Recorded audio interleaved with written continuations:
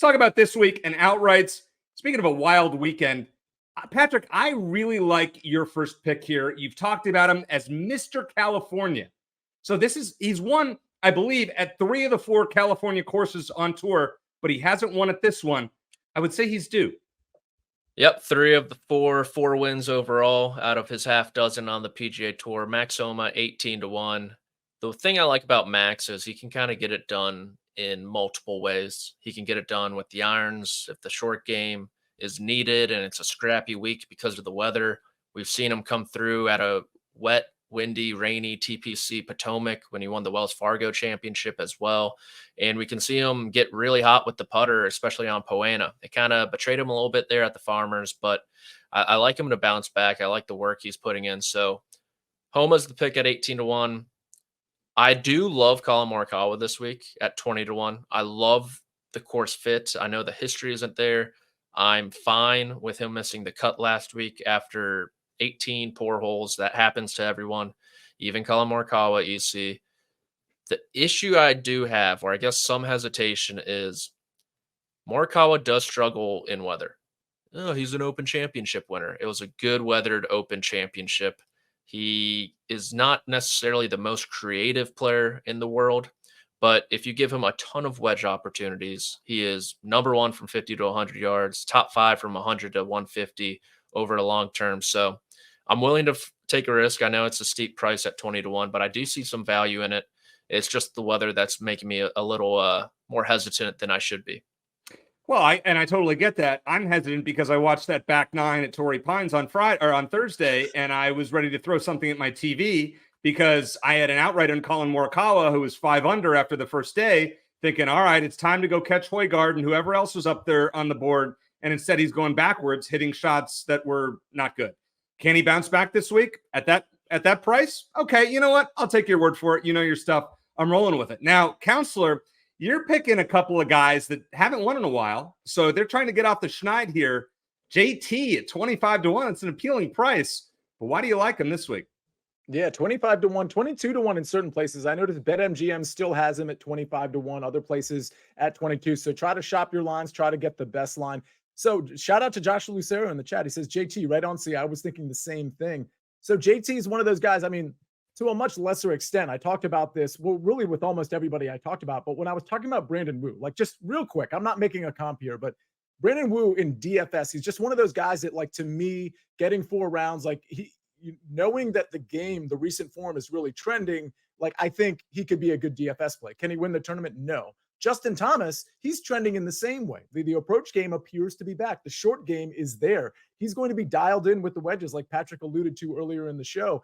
And so I think the price is too long. I don't think the market has caught up to where Justin Thomas's game actually is. I like, not to say that this is some gross misprice, but I think Justin Thomas probably should be in the like 22-1, like he is in certain places, maybe even 18-1. I know this is a completely packed field, but I think this is a good course fit for Justin Thomas. I think he is trending in a major way, not just like a soft trend. I think this, like, we're really seeing something from Justin Thomas. Great course fit, great trend, like the number at 25-1. Tony Finau is a guy I'd never bet. I truly never bet him.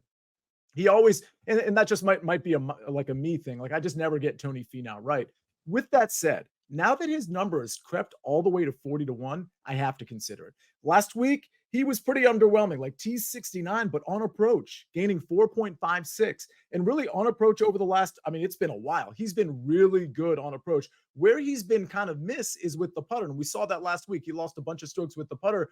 But with these POA greens, and especially with these weather conditions and the wet greens, like I think it's really tricky to evaluate who's going to be successful on these greens. So I do think Tony Finau can rebound. I mean, he did just gain putting 4 tournaments ago. It hasn't been there for him, but it wouldn't shock me at all if it gets there. And if it does, when you consider his approach play and is typically good around the green play, I think 40-1 is, again, this is a guy that probably should be in like that 33-1 range. I'm catching him at 40. Now I can finally bet Tony Finau with some peace of mind. That's fair enough. Makes sense to me. Patrick, question from the chat from Josh. The tourney goes only 3 days. Does that benefit longer odds golfers or top tier guys? Probably longer odd golfers, because Sundays on the PGA Tour in general are just a completely different beast. And I hate to bring him up because I have a soft spot for him, but look at someone like Tommy Fleetwood, who hasn't won a PGA Yeah. Tour, and how often he's been close, but hasn't been able to close on Sundays. So it'll be interesting to see how they handle the announcement, right? If it's just going to be they finish 3 rounds and then after the fact, they say we can't play anymore, or if it's going to be a before fact type of deal. It's a weird week just all around. And So EC, I do have to like make sure everybody understands if they joined us late. We're not saying with any sort of like definition that this is only going to go 3 rounds. We're just kind of speculating based on all the stuff we talked about at the beginning of the show. It could obviously very well go the 72 holes. Yeah, by the way, Tommy Fleetwood is on my list of can't bet him to win outright after watching what happened at the RBC Canadian Open last year when Nick Taylor, ran him down. And Fleetwood had so many opportunities even in the playoff.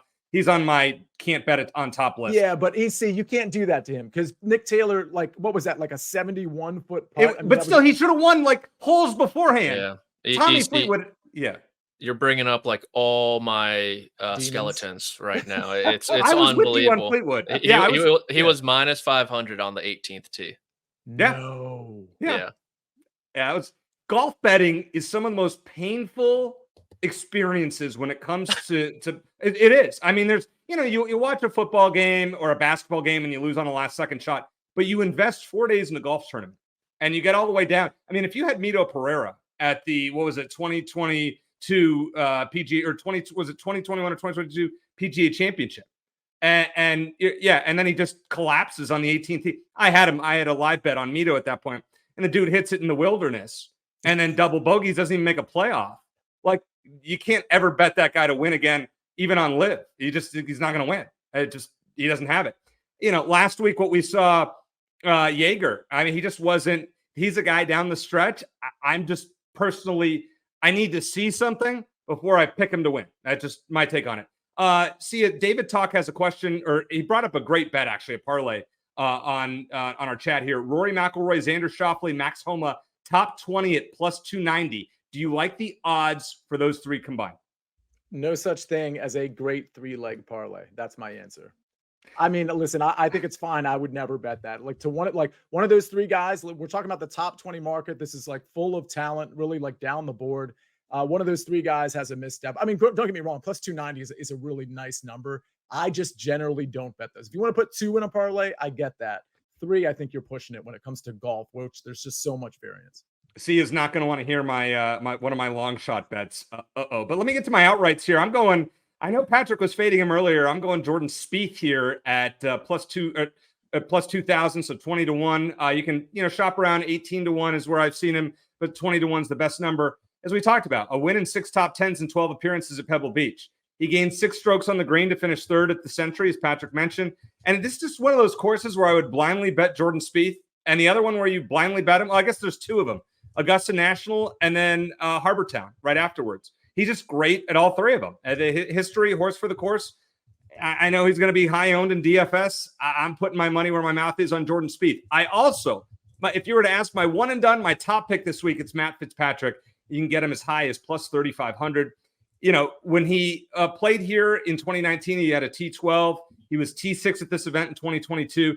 He excels on link style and coastal courses, and he also excels on courses with small green complexes. So a few of those courses where, let's say, the greens are smaller than most, Harbor Town, where he won last year, the Country Club, remember the 2022 U.S. Open, which he won, and Pebble Beach. Wouldn't you say he's due to complete the trifecta? At that price, sign me up. I'm good with that.